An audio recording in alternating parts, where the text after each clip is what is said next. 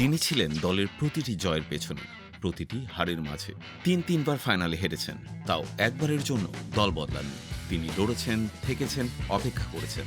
এবছর 18তম আইপিএলে এসে সেই অপেক্ষার অবসান হল। শেষমেশ চ্যাম্পিয়ন হলো আরসিবি।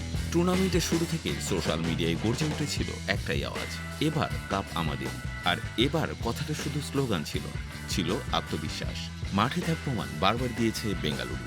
আর ফাইনালে এসে তারা থামিয়ে দিল ফর্মে থাকা পাঞ্জাব কিংসকে। প্রথম ইনিংসে আরসিবি তোলে 190 রান।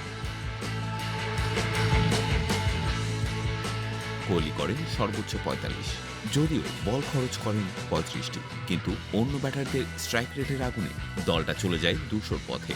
জিতেশ শর্মার 10 বলের 24 রানের ঝড়, শেফার্ডের ক্যামিও সবকিছু মিলিয়ে পাঞ্জাবের সামনে দাঁড়ায় চ্যালেঞ্জিং স্কোর। 19তম ওভারের দ্বিতীয় বলে বাউন্ডারি আটকাতেই কোহলি মুখ ঢেকে ফেললেন। গ্যালারিতে আনুশকা শর্মার মাথায় হাত, চোখে জলের ছায়া, যেন একসঙ্গে আটকে রাখা শত শত নিঃশ্বাস ধীরে ধীরে প্রশান্তির ঢেউয়ে ভেসে যাচ্ছে।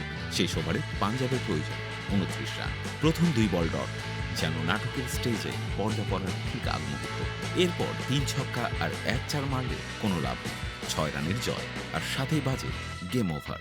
তবে এবার হারের জন্য নয়, জয় উদযাপনের জন্যই বাজল সেই শব্দ। হারের তীব্রতা যারা জানে সবচেয়ে বেশি, জয়ের আনন্দ উপভোগ করেন সবচেয়ে গভীরভাবে। তিনটি ফাইনাল হারের পর শেষমেশ সেই ফাইনাল ট্রফি ধরা দিল কোহলিকে।